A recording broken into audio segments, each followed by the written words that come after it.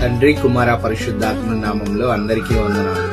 హల్లెలూయా ministries వారి దేవుని శుభవార్త. కీర్తనలు 55వ అధ్యాయము 22వ వచనం. నీ భారము యెహోవా మీద మోపుము, ఆయనే నిన్ను ఆదుకొనును. నీతిమంతులను ఆయన ఎన్నడును కదలనీయడు. దేవుని వాక్యం సెలవిస్తుంది. ఈ వాక్యం అత్యంత ఆదరణకరమైన వాగ్దానములో ఒకటి. జీవితంలో ఒత్తిడి, ఆందోళన మరియు భారంతో నలిగిపోతున్న వారికి ఇది ఒక గొప్ప భరోసాను ఇస్తుంది. వాక్యంలోని ముఖ్య ఉద్దేశము: మొదటిగా, నీ భారము యెహోవా మీద మోపు. మనం ఎదుర్కొనే సమస్యలు, అనారోగ్యం, ఆర్థిక ఇబ్బందులు లేదా మానసిక వేదన ఏదైనా సరే, వాటిని మనమే మోయాలని దేవుడు కోరుకోవడం లేదు. యెహోవా మీద మోపుము అంటే ఆయన పాదాల దగ్గర ఆ చింతలన్నిటినీ పెట్టమని, ఆయనపై పూర్తి నమ్మకం ఉంచమని దేవుని వాక్యం సెలవిస్తుంది.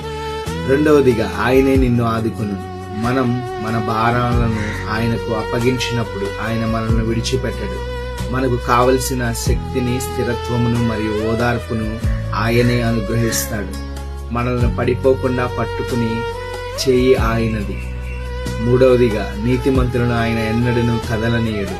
లోకం మనల్ని కదిలించాలని చూసిన, పరిస్థితులు ప్రతికూలముగా ఉన్న దేవుని మీద ఆధారపడే నీతిమంతుడు, భక్తి గలవాడు ఎన్నటికీ తడబడడు, పడిపోడు. ఆయన మనకు ఒక బలమైన పునాదిగా ఉంటాడు. ఈరోజు నీ కొరకు ఈ శుభవార్త. మీరు ప్రస్తుతం ఏదైనా భారముతో ఉంటే, దేవుని వాక్యం సెలవిస్తున్నట్లుగా ఈ వాగ్దానాన్ని గుర్తించుకోండి. ప్రార్థన ద్వారా మీ హృదయములో వేదన, బాధ, చింత, ప్రతి భారమును ఆయన పాదాల దగ్గర పడవేసి ఆయన ఇచ్చే శాంతి మీ హృదయమునకు తోడుగా ఉంటుంది. ఆమేన్. దేవుడు మిమ్మల్ని దీవించును గాక. God bless you all.